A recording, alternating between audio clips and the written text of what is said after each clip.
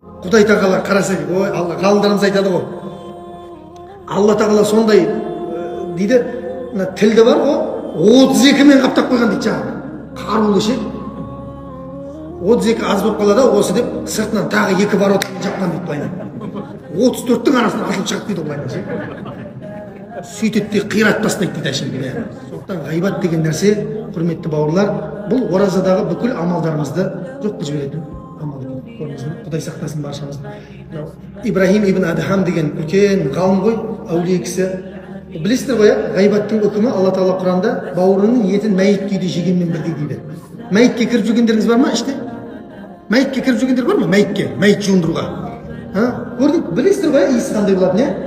Оны әтірлеп, қалампырлап, оның үстін сеуіп, кейін оны ақ матамен орап, жердің астына барып көмеміз. Еще үстін құммен үйтіп тастаймыз, ана шығып кетпесін деп.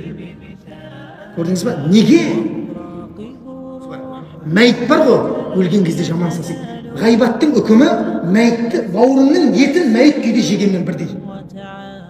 Мәйіт несі? Қалдың дәмі шығып кеткен етті де жей алмайсың сен. Мәйітті. Оны біз көміп тастаймыз, анан иісі шықпасын деп. Сыртындағы бактерия шығып кетпесін деп. Білесіздер ғой, адам өлсе де бактериясы өлмейді ұзақ уақытқа дейін. Көрдіңіз ба? Шариғат соны әспеттеп сөйтіп көміп тастайды. Енді қараңыз, Ибрахим ибн Адхам үйіне қонаққа адам шақырады ғой. Сөйтіп адамдар үйге келеді де бір кезде әңгімені бастап кетеді ғой. Ғайбат жіберіп жатыр екен кірсе. Бұл тамақтайын деп жатыр да мына жақта алып келейін деп. Сөйтіп келіп айтады дейді, оу жамағат, не болып жатыр? Не болып жатыр? Ілгеріде ізгі кісілер наннан бастайтын еді, сендер бірден еттен бастап кетсіңдер ғой деп айтады дейді. Көрдіңіздер ме? Түсінікті ғой, үлкен кісілер отыр ғой, түсінетін, машалла.